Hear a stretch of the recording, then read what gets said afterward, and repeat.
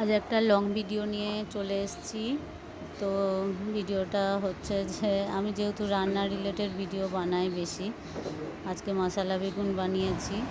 তো এখন long video দেওয়া খুব একটা হয় না, তাও মাঝে মাঝে দেওয়ার চেষ্টা করি। এখন একটু বেশি ব্যস্ত থাকি, তো এই যে লং ভিডিও দেওয়ার জন্য একটু বেশি অ্যারেঞ্জমেন্টের দরকার, সেটা একটু টাইমটা কম পাই এখন, সেজন্য লং ভিডিও দেওয়া হয় না। তো আজকে মশলা বেগুন বানানোর জন্য দেখো একদম ছোট ছোট বেগুন। এই বেগুনগুলো বাজারে আমি অনেক দিন ধরে খুঁজেছি, তো সব সময় পাওয়া যায় না, তো আজকে পাওয়া গেছে, তো নিয়ে এসেছি।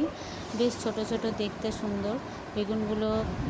কেটে বোটাটা কেটে নিয়েছি আর 4 পিস করে নিয়েছি। পিসটা কিন্তু ছাড়ানো যাবে না, বোটার মধ্যে লেগে থাকবে। তো এটা খেতে কিন্তু দুর্দান্ত হয়। কেটে নিয়েছি, দেখালাম কেমন করে কেটেছি। আর এটা একটু হামানদিস্তাতে কুটে নেব। তার মধ্যে দিয়েছি তোমার রসুন, আদা আর কাঁচা লঙ্কা, গুঁড়ো লঙ্কাও দেবো। কাঁচা লঙ্কাটা আর আদা রসুনটা একটুখানি থেতো করে নেব, একটু মানে মিহি করে না বেটে কম ক্র্যাশ করে নিলে বেশি ভালো হয় খেতে, এটা সুন্দর হয়। মশলা বেগুনে সেরকম কিছুই খুব একটা লাগবে না। দেখো জিরে গুঁড়ো নিয়েছি, আন্দাজ মতো নেবে। ধনে গুঁড়ো নিয়েছি, নুনও নিয়েছি আন্দাজ মতো, আর গরম মশলা নিয়েছি, আর লাল লঙ্কা গুঁড়ো নিয়েছি, আর হলুদ নিয়েছি। আর এই যে মশলাটা হামানদিস্তাতে কুটে নিয়েছি সেটাই দিয়ে দিলাম। আর দেব আমি শুকনো কড়াইয়ে বাদাম, যে চীনা বাদামগুলো হয় ওই বাদামগুলো ভেজে নিয়ে হালকা, মানে তেল ছাড়া গরম কড়াইয়ে ভেজে নিয়ে, সেটার ভিডিও তোমাদের সাথে দেওয়া হলো না। ভেজে নিয়ে মিক্সিং গ্রাইন্ডারে একটুখানি ডাস্ট গুঁড়ো করে নিয়েছি। দেখো দিচ্ছি এটাই। এটা মোটামুটি আমার যেহেতু 4টে বেগুন আছে, এটাই আন্দাজ মতো দিয়েছি বাদামের ডাস্টটা। এই যে এগুলো সব একসাথে এবার মিক্স করে নেব মশলাগুলো। তো মশলাগুলো তোমরা যদি বেগুনের পরিমাণ বেশি থাকে তো মশলার পরিমাণটাও সেরকম বাড়িয়ে নেবে। আমি প্রথমে শুকনো হাতে মশলাগুলো ভালো করে গুঁড়ো অবস্থাতেই ভালো করে মাখিয়ে নিচ্ছি। এইবারে আমি একটু সামান্য জল দিয়ে একটু মাখো মাখো ব্যাপারটা করে নেব, যাতে বেগুনের মধ্যে দিলে বেগুনের মধ্যে পুরটা ভরবো, তো বেগুনের মধ্যে পুরটা যাতে ঝরে পড়ে না যায়। ঝরে যাবে কিন্তু তাহলেও একটুখানি টাইট থাকবে জল দিলে। সামান্য একটু জল দিয়েছি, দেখো বেগুনের মধ্যে পুরটা ভরে দিচ্ছি। খেতে কিন্তু দুর্দান্ত হয়। আর এটার আরেকটা রেসিপি হয় মশলা বেগুনের, তো আমি সেটা আরেক দিন করে দেখাবো। আজকে এটা সামান্য কম টাইমের মধ্যে হবে বলে এটা করে নিয়েছি, তো সেটাও আমি তোমাদের সাথে শেয়ার করব পরে। খুব সামান্য কিছু জিনিস লাগে। আর আমার যারা ভিডিও নতুন দেখছো তারা অবশ্যই ভিডিও পুরো দেখে লাইক শেয়ার কমেন্ট করবে, কমেন্ট করলে ভালো লাগবে। আর আমার যারা পুরনো বন্ধু তারা তো আছোই, আর তারা একটু নতুন বন্ধু যারা তারা একটু সাবস্ক্রাইব করে পাশে থাকবে। আমি অনেক দিন ধরে এখনও চ্যানেলে মনিটাইজেশন পাইনি, তো বন্ধু সেরকম হয়নি। আমি আসলে সেরকমভাবে টাইম দিতে পারি না, সেটাও একটা ব্যাপার। তো আমি দিদিকে ছোটো একটা ননস্টিক নয়, এটা অ্যালুমিনিয়ামেরই তাওয়া, তো এটা বসিয়ে দিয়েছি। আর সর্ষের তেল দিলাম, এটা সর্ষের তেল দিয়ে করলে বেশি খেতে সুন্দর হয়। তো সর্ষের তেল যারা খেতে পছন্দ করো না, যাদের বারণ আছে, তারা এই রাইস ব্র্যান্ড অয়েল বা সানফ্লাওয়ার অয়েল এগুলো দিয়েও করতে পারো। তো আমি গ্যাসটা বাড়িয়ে প্রথমে তেলটা গরম করে নিয়েছি। এবারে বেগুনগুলো দিয়ে দিচ্ছি। যেহেতু গোটা আছে বেগুনগুলো, এগুলো একটুখানি গ্যাসের ফ্লেমটা কমিয়ে কমিয়ে দিয়ে কিন্তু রান্নাটা করতে হবে।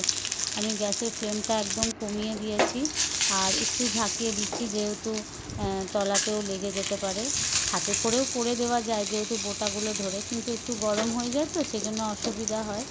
তো আমি এগুলো একটুখানি উল্টে দিচ্ছি, উল্টে দিয়ে ঢাকা দিয়ে দেবো। একটুখানি সময় দিতে হবে এটাকে হতে গেলে, কারণ বেগুনগুলো যেহেতু গোটা আছে। কিন্তু শীতকালে এই বেগুনটা পাওয়া গেলে এটা কিন্তু দুর্দান্ত হয়। তখন যদি ছোটো বেগুনটা পাওয়া যায়, শীতকালের বেগুনটা একটু মনে হয় বেশি নরম থাকে, তো তখন সেটা আরও সুন্দর হয়। আমি একটু ঢাকা দিয়ে দিয়ে এটা করব। এটা 10 মিনিট দিয়ে ঢাকা দিলাম, আবার একটু পরে ঢাকা খুলে এসে দেখব আমি, উল্টে দেব। দেখা মানে উল্টে দেব, একটু এই পিঠটা হলে ওই পিঠটা উল্টে দিলে একটুখানি সিদ্ধ হওয়ার ব্যাপার থাকে, যেহেতু জল ব্যবহার করছি না খুব একটা, একটু হালকা হাতে জল দিয়ে দিলাম যাতে মশলাটা লেগে মশলা যেটা বেরিয়ে যাচ্ছে বেগুন থেকে সেটা যাতে বেরিয়ে তেতো না হয়ে যায়, সেজন্য একটুখানি ঢাকা দিয়ে দিলাম। ঢাকা দিয়ে আবার আস্তে আস্তে করতে হবে। দেখো একটু মনে হচ্ছে একটু এখনও শক্ত আছে, নরম হয়েছে কিন্তু একটু একটু শক্ত আছে। গ্যাসটা একদমই লো ফ্লেমে রাখবে যাতে বেগুনটা পুড়ে না যায়, পুড়ে গেলে কিন্তু তেতো লাগবে, সেজন্য যাতে পুড়ে না যায় সেজন্য আস্তে আস্তে এটাকে হতে দিতে হবে। গ্যাসের ফ্লেমটা একদমই কমিয়ে দিতে হবে। যারা নতুন রান্না শিখছো তারা অবশ্যই এই ভিডিওগুলো দেখো, একদমই সহজভাবে ঘরোয়াভাবে আমি রান্না করি। যদি ভালো লাগে অবশ্যই পাশে থাকবে। আর সবাই যে দেখো ভিডিওটা শুধু দেখে রেখে দাও, একটুখানি কমেন্ট করলে ভালো লাগে, একটুখানি পারলে শেয়ার করে দিও।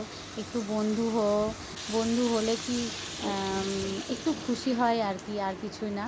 আর এই যে দই একটু ফেটিয়ে নিয়েছি মিক্সিং জারে, সেটাই একটু লাস্টে দিয়ে দিলাম।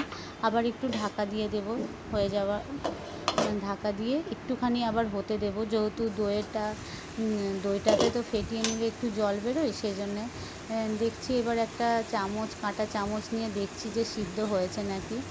মোটামুটি সিদ্ধ হয়ে গেছে। এটাকে আবার একটু ঢাকা দিয়ে গ্যাসের ফ্লেম বন্ধ করে ঢাকা দিয়ে রেখে দেবো। এই তো আগেই গরম মশলা পুরের মধ্যে দিয়েছি, সেই জন্য আর ওপরে কোনো গরম মশলা ব্যবহার করছি না। দেখো হয়ে গেছে, একটু কাঁটা চামচ দিয়ে উল্টে পাল্টে দেখছি। এটা কিন্তু রুটি বা পরোটা বা গরম ভাতে খেতে কিন্তু দুর্দান্ত লাগে।